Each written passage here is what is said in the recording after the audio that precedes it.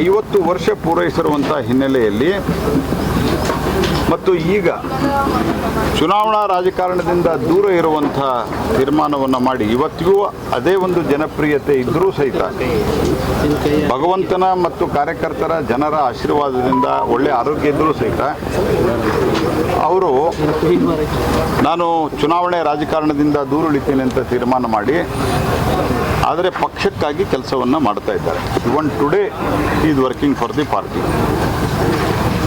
ಮತ್ತು 50 ವರ್ಷ ಆಗಿದೆ. ಈ 50 ವರ್ಷದಲ್ಲಿ ಅವರು ಒಂದು ಒಟ್ಟಾರೆ ಉಪಮುಖ್ಯಮಂತ್ರಿ ಮುಖ್ಯಮಂತ್ರಿ ಎಲ್ಲ ಸೇರಿ ಒಂದು 4 ವರ್ಷ 5 ವರ್ಷ ಇದ್ದರೂ ಸಹಿತ ಕಷ್ಟಪಟ್ಟದ್ದೇ ಭಾಳ ಯಡಿಯೂರಪ್ಪನವರು. ಸದಾಕಾಲಕ್ಕೂ ಹೋರಾಟ, ಸದಾಕಾಲಕ್ಕೂ ರಸ್ತೆ ಮೇಲೆ ಧರಣಿ, ಅಧಿಕಾರದಲ್ಲಿದ್ದಂಥವರು ಅವರ ಒಂದು ಅನ್ಯಾಯದ ವಿರುದ್ಧ ಪ್ರತಿಭಟನೆ, ಇದನ್ನು ಮಾಡ್ತಾ ಮಾಡ್ತಾ ಮಾಡ್ತಾ ಭಾರತೀಯ ಜನತಾ ಪಾರ್ಟಿಗೆ ಒಂದು ಹೆಮ್ಮರವಾಗಿ ಬೆಳೆಯುವಲ್ಲಿ ಯಡಿಯೂರಪ್ಪನವರ ಪಾತ್ರ ಬಹಳ ದೊಡ್ಡದಿದೆ. ದಕ್ಷಿಣ ಭಾರತದಲ್ಲಿ ಯಾವ ರಾಜ್ಯದಲ್ಲಿಯೂ ಸಹಿತ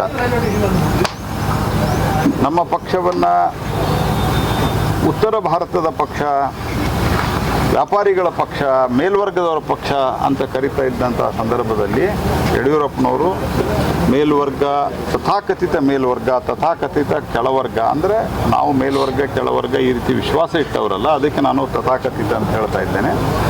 ಆ ಎಲ್ಲ ವರ್ಗವನ್ನು ಒಳಗೊಂಡು ವಿಶೇಷವಾಗಿ ರೈತರ ಪರವಾಗಿಂತೂ ಅತ್ಯಂತ ಕಳಕಳಿಯಿಂದ ಕೆಲಸವನ್ನು ಮಾಡಿ ರಾಜಕಾರಣಕ್ಕೆ ಪ್ರವೇಶ ಮಾಡಿ 50 ವರ್ಷ ಆಗಿದೆ. ಅಂಥ ಸಂದರ್ಭದಲ್ಲಿ ಅಂಥ ಒಬ್ಬ ಮೇರು ವ್ಯಕ್ತಿತ್ವದ ಧೀಮಂತ ನಾಯಕನ 50 ವರ್ಷ ಪೂರೈಕೆ ಆದಂಥ ಸಂದರ್ಭದಲ್ಲಿ ಅವರಿಗೆ ಒಂದು ಅಭೂತಪೂರ್ವವಾದಂತಹ ಸತ್ಕಾರವನ್ನು ಮಾಡಬೇಕು, ಸನ್ಮಾನವನ್ನು ಮಾಡಬೇಕು.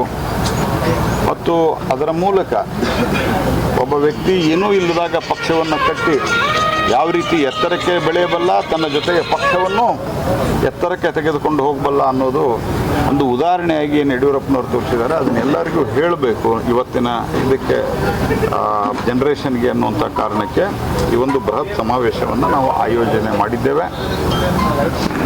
ಈ ಒಂದು ಕಾರ್ಯಕ್ರಮದಲ್ಲಿ 100 ಜನ ಸ್ವಾಮಿಗಳು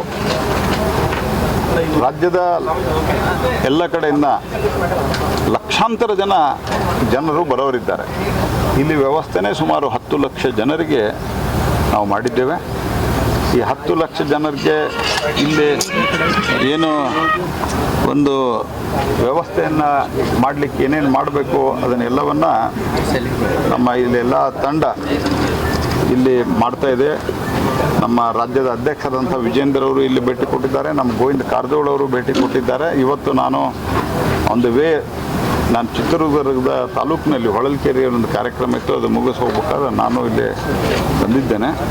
ಸನ್ಮಾನ್ಯ ನಮ್ಮ ನೆಚ್ಚಿನ ನಾಯಕರು ಆದಂಥ ಮತ್ತು ದೇಶ ಕಂಡ ಅತ್ಯಂತ ಕಟ್ಟುನಿಟ್ಟಿನ ಗೃಹ ಮಂತ್ರಿಗಳಲ್ಲಿ ಒಬ್ಬರಾದಂಥ ವಲ್ಲಭಭಾಯಿ ಪಟೇಲರು, ಲಾಲ್ ಕೃಷ್ಣ ಅದ್ವಾನಿಯವರ ನಂತರ ಒಬ್ಬ ಬಹುದೊಡ್ಡ ವ್ಯಕ್ತಿತ್ವದ ಒಬ್ಬ ಮೇರು ನಾಯಕ ಈ ದೇಶದ ಗೃಹ ಮಂತ್ರಿಯಾಗಿದ್ದಾರೆ ಸನ್ಮಾನ್ಯ ಅಮಿತ್ ಶಾ ಅವರು.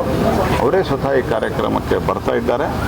ಹಾಗಾಗಿ ಯಡಿಯೂರಪ್ಪನವರ 50 ವರ್ಷ ಪೂರೈಕೆ ಆದಂಥ ಈ ಸಂದರ್ಭದಲ್ಲಿ ಅವರಿಗೊಂದು ದೊಡ್ಡ ಕಾರ್ಯಕ್ರಮವನ್ನು ಮಾಡಬೇಕಂತ ನಾವೆಲ್ಲರೂ ಸೇರಿ ಪಕ್ಷಾತೀತವಾಗಿ ಮಾಡಬೇಕಂತ ತೀರ್ಮಾನವನ್ನು ಮಾಡಿದ್ದೇವೆ. ಹಾಗಾಗಿ ಇವೆಲ್ಲ ನಮ್ಮ ಕಾರ್ಯಕರ್ತರು ತಯಾರಿಯಲ್ಲಿ ತೊಡಗಿದ್ದಾರೆ. ಅವರು ಪರಿಶ್ರಮ ಪಟ್ಟು ತಯಾರಿಯನ್ನು ಮಾಡ್ತಾ ಇದ್ದಾರೆ.